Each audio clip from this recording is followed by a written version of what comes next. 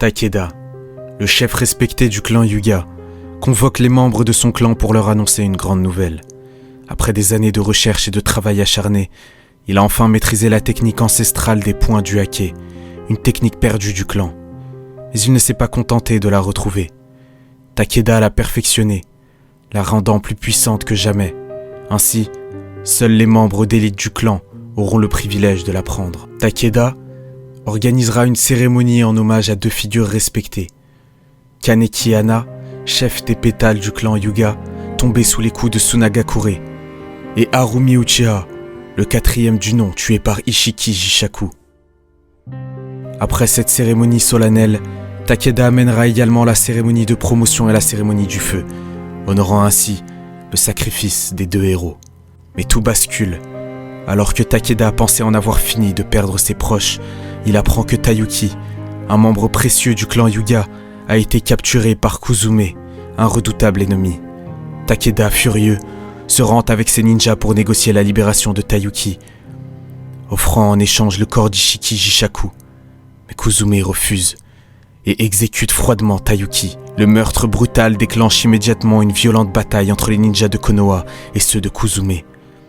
Mais ce dernier réussit à s'échapper. Alors que Takeda est en pleine rage, une nouvelle menace se profile. L'Otogane, une organisation secrète.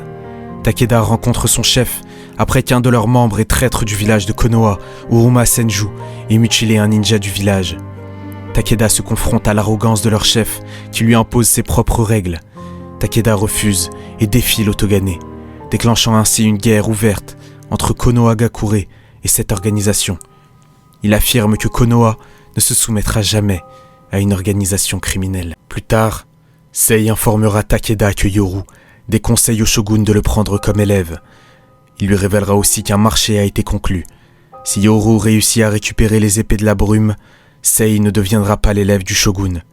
Takeda décide alors de voir le shogun en personne pour lui exposer la situation et la guerre imminente contre l'Otogane. Le shogun lui répond qu'étant sur son territoire, il aurait dû demander une autorisation pour agir de la sorte. Takeda réplique qu'il ne pouvait laisser passer une telle offense. Finalement, le shogun promet d'interroger l'Otogane et de résoudre ce conflit, tout en avertissant Takeda que des conséquences suivront s'il ment. Ainsi, suivront des pourparlers avec l'Otogane. Son ennemi Raimei ainsi que deux lieutenants de l'Otogane justifient la brutalité de leur loi.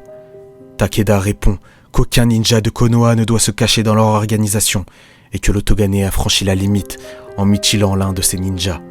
Il leur donne alors un ultimatum. Ils doivent livrer tous les traîtres de Konoha. Si l'Otogane refuse, Konoha prendra de drastiques mesures. Pour régler le différend, un membre de l'Otogane propose de sacrifier un de leurs membres. En lui coupant un bras, Takeda accepte, mais il exige que ce soit celui d'Uruma Senju qui soit tranché. L'Otogane accepte, le shogun accepte. Mais après plusieurs heures d'attente, ils reviennent sur leur décision et procèdent à la coupure du bras eux-mêmes.